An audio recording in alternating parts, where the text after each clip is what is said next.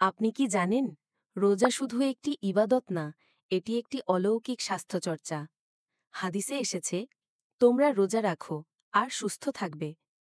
এখন শুনুন বিজ্ঞান কি বলছে।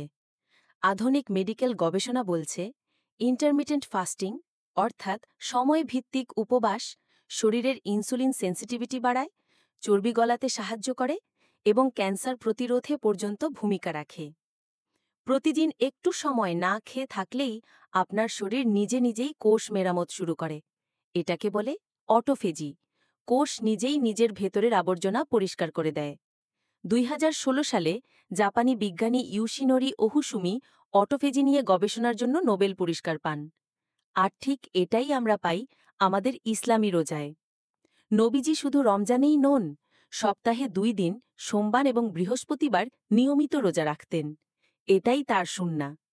তাই ভাবুন একবার, ১৪০০ বছর আগে যে রুটিন আমাদের ইসলাম শিখিয়েছে, আজ ডাক্তাররাও তা ফলো করতে বলছেন।